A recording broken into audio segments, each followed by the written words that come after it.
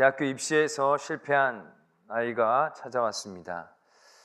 정말 공부 열심히 하고 고3 동안에도 믿음 생활 잘했는데 저 다 떨어졌습니다. 어떻게 하면 됩니까? 제가 그랬습니다. 하나님이 널 많이 사랑하시나 보다. 야, 더 기도하고 이럴 때일수록 더 믿음을 붙잡아야 되고 믿음을 키워야 된다. 아이가 큰 위로를 받고 돌아갔습니다. 그 다음에 또 왔습니다. 또 다 떨어지고 왔습니다. 약간 지난번보다는 흥분된 상태에서 진짜 기도 열심히 했거든요. 공부도 진짜 열심히 했습니다. 근데 어떻게 제가 이렇게 자꾸 떨어집니까? 네가 너무 눈이 높아서 그런 거 아니냐, 그렇게 얘기하려다가 그렇게 얘기를 못하고요.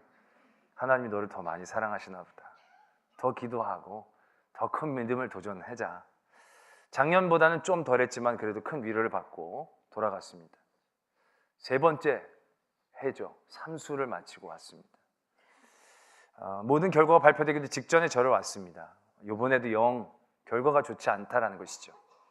여러분들 잘 아시겠지만 요즘은 대학 입시에 실패했다는 것이 한 번 떨어진 걸 의미하는 게 아닙니다. 거의 연 중반부터 수시, 정시도 몇 차까지, 그것도 대기 넘버까지 있으면서 그게 줄어드는 것까지 해가지고요, 수십 번 떨어지는 경험이다라는 거죠. 그러니까 한 해 재수한 게 아니고 수십 번 떨어지고 수십 번의 실패를 경험한 겁니다. 굉장히 큰 상처를 받은 거죠. 얘기합니다. 제가 또 뭐라고 얘기하겠습니까? 너 진짜 많이 사랑하시나 보다. 하나님 갚아주시면 2년, 3년 늦은 건 한 번이다. 근데 이번엔 저한테 대들더라고요. 맨날 믿음 하시는데 내가 못 믿은 것도 아닌데 왜 이러냐고, 결과가. 아니, 믿음은 좀 뭐라도 좋은 게 하나라도 있어야 되는데 그런 거 없지 않냐고. 믿음하고 시험하고는 아무런 관계 없는 것 같다고. 믿음하고 합격하고는 아무런 관계가 없는데 왜 자꾸 믿으라고만 하냐고. 다른 분 얘기 좀 해달라고. 제가 별말 할 수가 없었습니다. 그냥 잘 믿을 수밖에 없다라는 얘기를 되풀이했을 뿐입니다. 시험에 오랫동안 실패한 사람들만 그렇게 얘기를 하는 게 아니더라고요. 많은 시험의 환란들, 어려움들, 시험들이 처음에는 믿음을 위해서, 그럼 잘 믿기 위해서 하나님이 지켜주실 줄 믿고 잘 견딥니다. 근데 그런 것들이 계속 되어지고 별로 변화되어질 조짐이 보이지 않으면 쉽게 지쳐버리죠. 그리고 얘기합니다. 맨날 믿으라고만 하는데 믿으면 뭐 밥을 주냐고, 믿으면 합격을 시켜주냐고, 믿으면 뭐 이 문제를 해결해 주냐고, 믿음하고 아무 상관이 없는데 왜 자꾸 믿으라고만 하시냐고 라는 원망들을 많이 듣게 되어집니다. 저는 그분들에게 다시 말씀을 드립니다. 그래도 믿어야 합니다 라고요. 그러면서 그분들에게 해드리고 싶은 말씀이 있습니다. 바로 뭐냐면, 믿음은 이 세상을 살아나가는데 꼭 필요한 게 아니다 라는 것입니다. 믿음은 이 세상을 살아나가는데 필요한 요소가 아닙니다. 근데 우리는 믿음이 있으면 이 세상에서 잘 살아나갈 수 있을 거라고 생각하면서 믿음을 얻기를 원한다는 거죠. 그러나 여러분들, 세상에 믿지 않은 사람들은 더 이 세상을 잘 살아나갑니다. 오히려 믿음은 이 세상을 살아나가는데 더 불편하게 만들 때가 많이 있습니다. 세상의 흐름이 이렇게 흘러갈 때 세상 사람들은 그 흐름에 자기를 내던집니다. 그리고 그 흐름에서 재밌게 헤엄치면서 갑니다. 야, 이렇게 헤엄치니까 재밌다, 이쪽으로 와라. 흐름이 이쪽으로 흐르면 또 이쪽으로 가자. 그러면서 별로 부대끼지 않고 그 흐름을 따라 정처 없이 흘러가게 됩니다. 이 세상을 잘 살아나갈 수 있습니다. 그러나 이 세상에서 믿음을 갖고 살아나간다는 것은요, 때로는 그런 흐름을 역행해서 서 있을 수밖에 없는 삶의 자리를 만나게 되어진다는 것이죠. 사람들은 편하게 헤엄치면서 이쪽으로 즐겁게 룰루랄라 지나갈 때 이건 아니다라고 생각하면 믿음 때문에 그 자리에 버티고 서서 흐름을 다 몸으로 받아내야 되는 고통과 어려움의 삶의 자리를 만나게 하는 거, 그거 믿음입니다. 물론 그 흐름의 끝이 어디인지는 모르겠지만 세상은 믿음으로 사는 게 더 어렵다라는 거죠. 사람들은 근데 믿음을 얻고 그 믿음으로 이 세상을 어떻게 잘 살아나가는 대로만 생각하고 바라보려고 한다는 것이죠. 그 믿음을 가지고 이 세상에서 잘 사는 길을 찾아보려고 한다는 것입니다. 그러니 뭔가 이해가 안 될 수밖에 없죠. 믿음은 이 세상을 살아나가는데 꼭 필요한 게 아닙니다. 믿음은 이 세상을 살아나가는데 우리에게 꼭 있어야 될 요소가 아닙니다. 믿음은 이 세상을 이기는 데 사용하는 것입니다. 이 세상을 잘 사는 데 사용하는 것이 아니고, 이 세상을 어떻게 살아나가는 것에 대한 것으로 사용하는 것이 아니고, 믿음은 세상을 이기는 데 사용한다라는 것입니다. 믿음 이외에는 세상을 이길 수 있는 힘은 없습니다. 세상을 그럭저럭 따라가며 앞서거니 뒤서거니 할 수 있죠. 그러나 절대 이길 수 없습니다. 믿음만이 세상을 이기고 믿음만이 세상을 변화시킬 수 있다라는 것입니다. 오늘 우리가 읽은 말씀이 그걸 분명히 말씀하고 계시지 않습니까? 하나님께로부터 난 자마다 세상을 이기느니라. 세상을 이기는 승리는 이것이니 우리의 믿음이다. 할렐루야. 그렇습니다. 믿음은 세상을 변화시키고 이기는데 사용되어지는 우리에게 있어서 유일한 힘입니다. 그냥 그럭저럭 살아나가려면 별 의미가 없습니다. 그러나 이기려고 한다면 믿음밖에 없다는 것을 분명히 오늘 말씀은 적고 계신다라는 것입니다. 때문에 오늘 이 말씀은 우리들에게 얼마나 큰 위로와 소망을 주는 말씀인지 모릅니다. 아, 믿음이 세상을 이기는구나. 내가 이 세상을 이기려면 더욱더 믿음을 가지고 믿음을 지켜야 되겠구나 라는 생각을 가지게 됩니다만, 우리는 이 말씀 때문에 더 큰 괴리감을 느끼게 됩니다. 왜냐하면 우리가 사는 삶의 자리가 내가 잘 믿는다라고 생각하면서도 별로 이기고 있는 것 같아 보이지 않거든요. 세상을 이기고 있는 게 아니라 세상에 이리 치이고 저리 치이고 늘 패배자로 세상에 끌려다니는 모습처럼 우리가 보여지거든요. 그러한 우리의 삶의 자리에서 이 말씀을 이해할 때 우리는 이렇게만 이해를 합니다. 세상을 이기는 승리는 믿음인데 내가 세상에서 이기지 못하고 있는 걸 보니까 내 믿음이 많이 부족한가 보구나. 내가 갖고 있는 이 믿음이 아직 세상을 이길 만한 믿음은 아닌가 보구나. 우리는 스스로 그렇게 좌절하고 패배감에 젖게 되어질 때가 많이 있다는 것이죠. 이 말씀을 우리 스스로 이해하면서 받아들일 때. 그렇습니다. 정말로 세상을 이기는 믿음, 정말 대단해야 될 것 같아 보이지 않습니까? 오늘 말씀으로도 쭉 보면 우리가 읽지는 않았지만 1절에서부터 3절까지의 말씀을 쭉 보면 그렇습니다. 우리가 세상을 이기는 것은 믿음인데 이 믿음의 핵심은 사랑이라는 거죠. 하나님을 향한 사랑.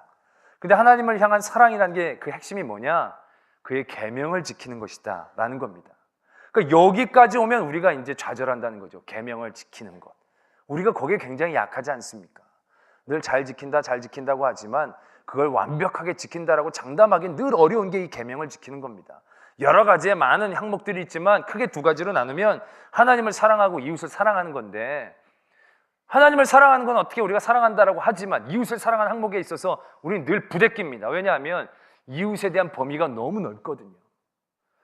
원수까지도 포함해야 되는 그 범위를 우리가 맞닥뜨릴 때마다 그 계명에 대해서는 우리가 제대로 지키지 못한다라고 스스로 늘 패배감과 좌절감을 맛본다는 거죠.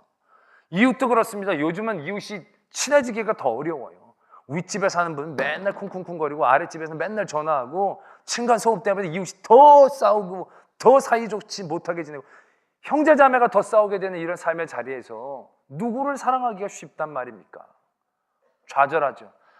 그래서 우리는 세상을 이기는 게 믿음인데 세상을 이길 만한 믿음은 절대 우리가 소유하기가 어렵나 보구나. 늘 이렇게 세상에 치이고 이리 끌리고 저리 끌리고 살아야 되는 게 맞는가 보다 라고 생각하기 쉽다는 것입니다. 그리고 오늘 말씀에도 보면 세상을 이기는 그 믿음에 대하여 이렇다 저렇다 어떤 방법적인 얘기들을 우리들에게 이러한 게 세상을 이기는 믿음이다라고 얘기하는 것 같아 보인다는 것이죠. 그런데요, 오늘 우리가 읽지는 않았지만 이 요한 1서 5장 1절로 4절까지의 말씀은요, 굉장히 놀라운 말씀을 우리에게 하고 계신다는 것입니다. 1절의 말씀에 이렇게 적혀져 있습니다. 예수께서 그리스도이심을 믿는 자마다 하나님께로부터 난 자니 또한 낳으신 이를 사랑하는 자마다 그에게서 난 자를 사랑하느니라. 그냥 들으시면 잘 모르시겠죠. 이게요, 굉장히 다른 얘기를 하고 있습니다. 왜냐하면 요한 1서 앞에 부분에도 그리고 다른 모든 복음서에서도요, 하나님을 사랑하는 것에 대한 우리 안에서의 모습은 무엇으로 나타날 수 있냐면요, 이웃을 사랑하는 것으로 나타날 수 있습니다. 이웃을 사랑하지 않는다면 하나님을 제대로 사랑하지 못한다라는 구조로 말씀을 늘 전하고 있습니다. 그래서 우리가 하나님에게 대접한다. 그건 하나님을 대접하는 게 아니라 우리에게 찾아온 가난하고 어려운 이웃을 대접하는 게 하나님을 제대로 대접하는 것. 우리는 그런 식으로 이해되는 구조를 가지고 있습니다. 그러니까 늘 하나님을 사랑하는 게 우리에게는 늘 부담되어질 수밖에 없는 구조다라는 것입니다. 근데 오늘 말씀은요, 그 구조를 완전히 바꿔놓고 있습니다. 이웃을 사랑하는 것이 먼저고 그것을 사랑해 하나님을 온전히 사랑한다라고 얘기하는 게 아니라요. 하나님을 사랑한다는 것은 이웃을 사랑한다는 것이다 라고 얘기하고 있다는 것입니다. 우리에게 훨씬 쉽게 다가온다는 것이죠. 우리가 하나님만을 사랑한다면 그 하나님을 사랑하는 것이 곧 이웃을 사랑한다라는 뜻도 된다라는 얘기를 적고 있다는 것이죠. 나으신 이를 사랑하는 자마다 그에게서 난 자들을 사랑하느니라. 그리고 3절 말씀에 보면 하나님을 사랑하는 것은 이것이니 우리가 그의 계명을 지키는 것이라. 그의 계명들은 무서운 것이 아니로다. 이렇게 적고 있습니다. 계명을 지키는 게 굉장히 무거운 건데 무거운 게 아니다라고 얘기를 하고 있다는 거죠. 뭔가 우리의 짐을 덜어주고 싶어 하시는 그러한 느낌이 확 다가오고 있다는 것입니다. 그리고 4절에 얘기합니다. 세상을 이기는 승리는 이것이니 믿음이다. 그런데요, 여러분들, 그러면 우리가 해야 될 것은 하나님을 사랑하는 것밖에 안 남았잖아요. 그런데 요한일서 4장 10절에 보면 이런 말씀이 적혀져 있습니다. 사랑은 여기 있으니 우리가 하나님을 사랑한 것이 아니요 하나님이 우리를 사랑하사 우리 죄를 속하기 위하여 화목제물로 그 아들을 보내셨다라는 것입니다. 우리가 승리하는 믿음을 갖기 위해서 하나님을 사랑하는 것만 집중하면 되는 건데 그 하나님을 사랑하는 것조차도 우리가 하는 게 먼저가 아니고 하나님이 우리를 사랑하신 게 먼저였다라는 것입니다.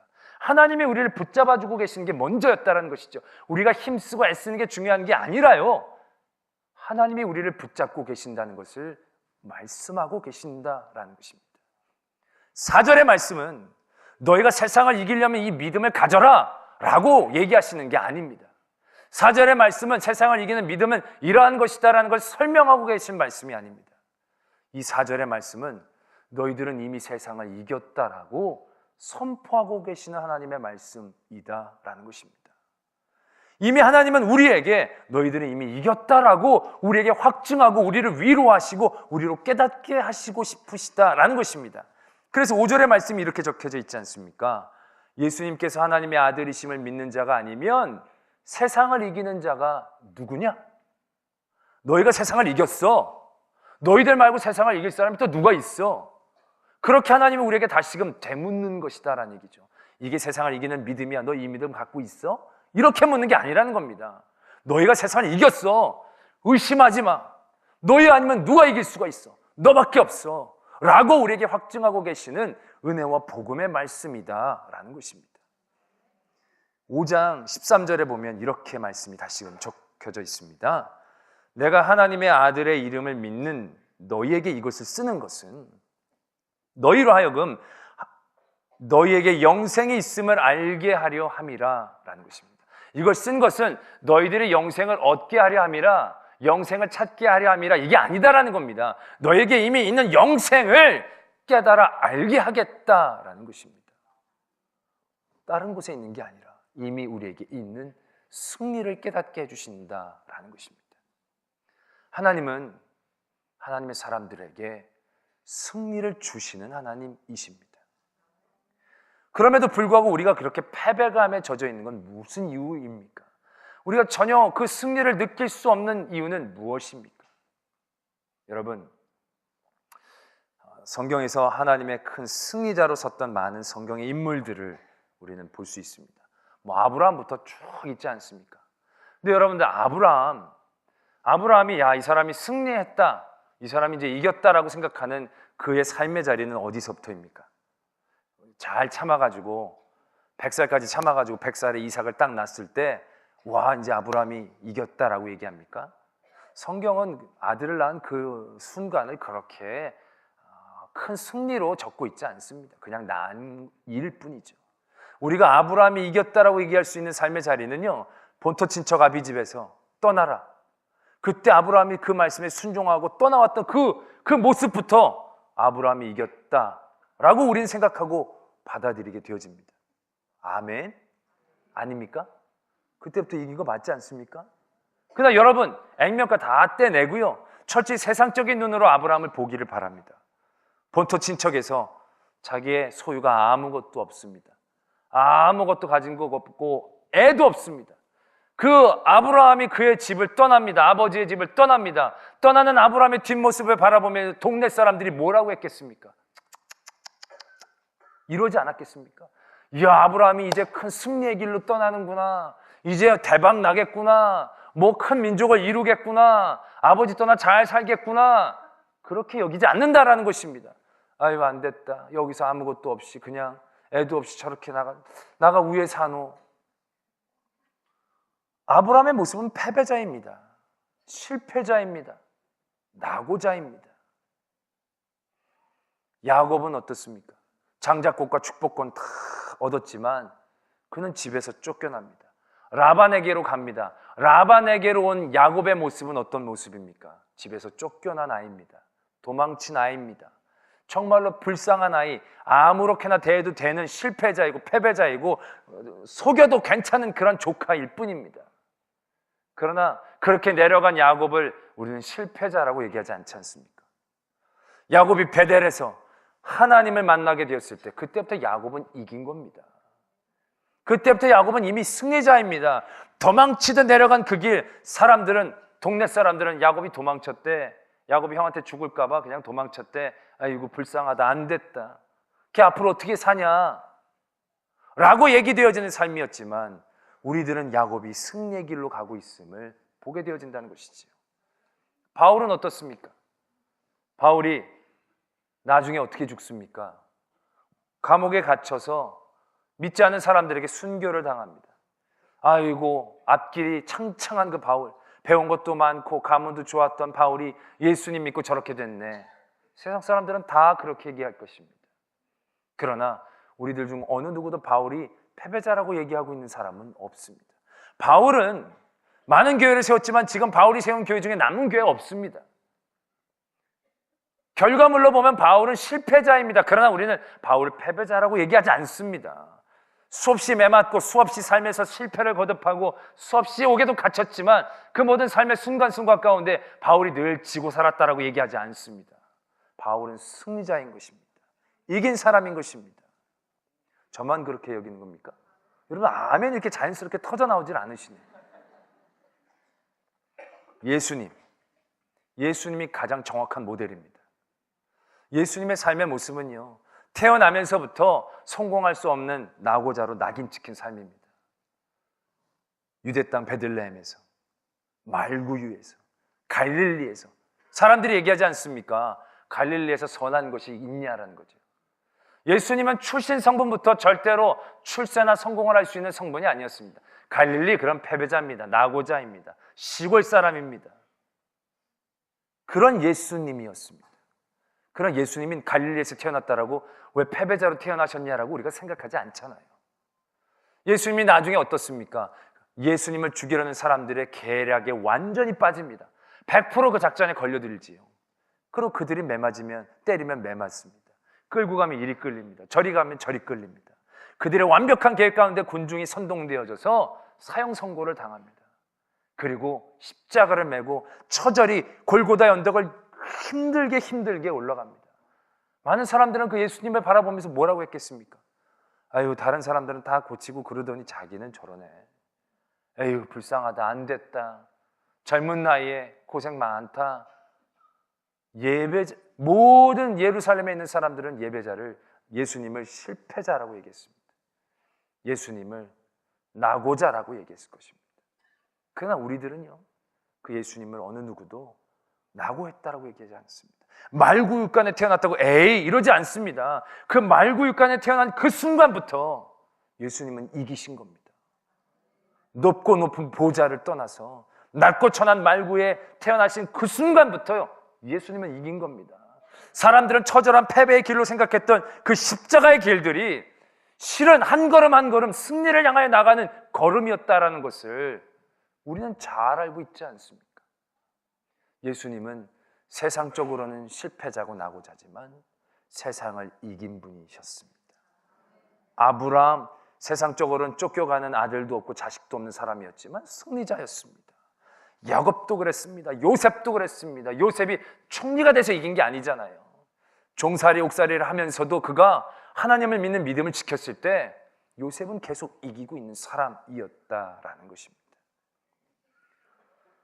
그리고 우리의 삶의 자리들을 바라볼 수 있어야 합니다. 세상에서 늘 집니다. 세상에서 늘 매맞습니다. 늘 믿는데도 일이 풀리지 않습니다. 우리가 지고 있는 것입니까? 내가 믿음이 없어서 지고 있는 것입니까? 아니요. 그 길은 이기고 있는 길입니다.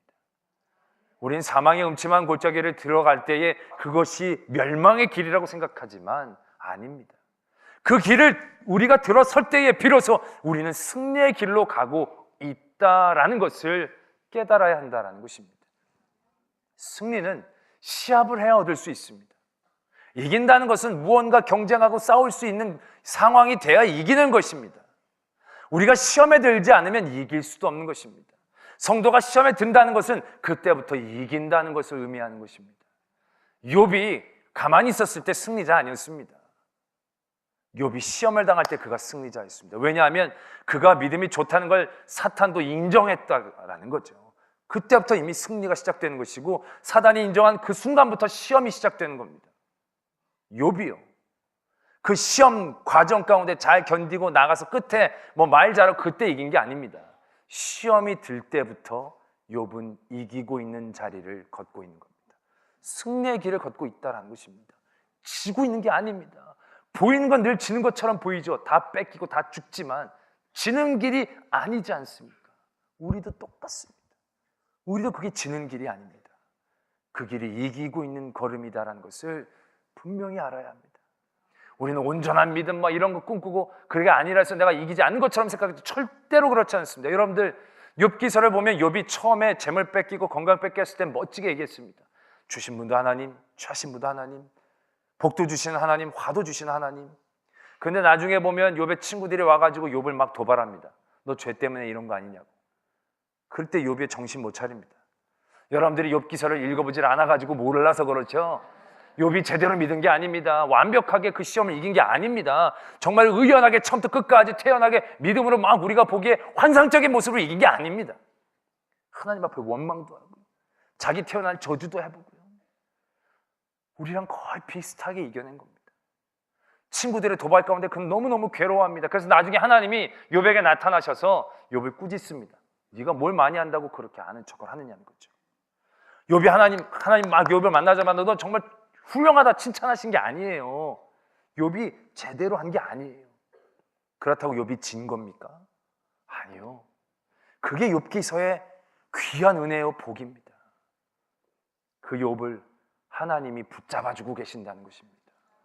그 욥을 하나님이 보호해주고 계신다는 겁니다. 다른 건 다 건드려도 생명은 건드리지 말라는 그 하나님의 말씀 하나가 이미 욥에겐 승리를 보장하고 있다는 것을 알아야 한다는 것입니다. 우리의 승리는 그러한 승리인 것입니다.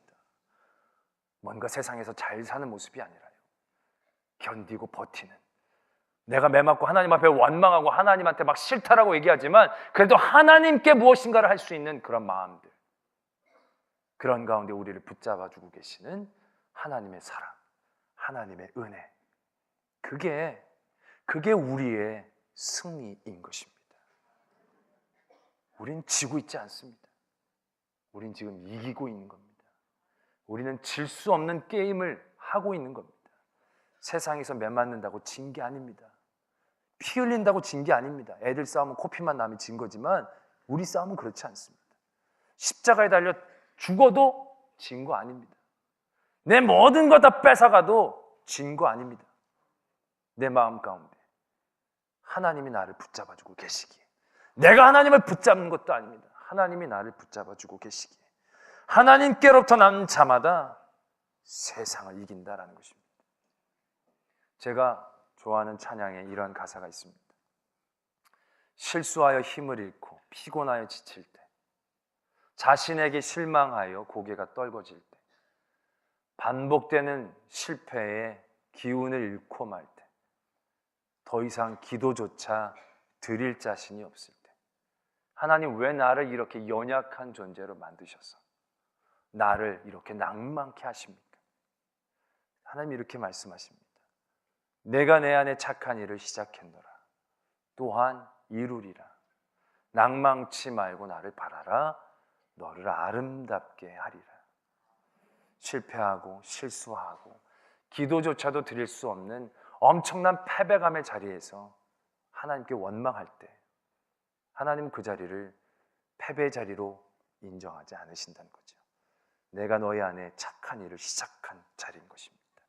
그리고 하나님이 아름답게 하시는 그 시작을 하고 계신 것입니다. 여러분들이 약해서가 아닙니다. 세상이 강해서 그런 겁니다.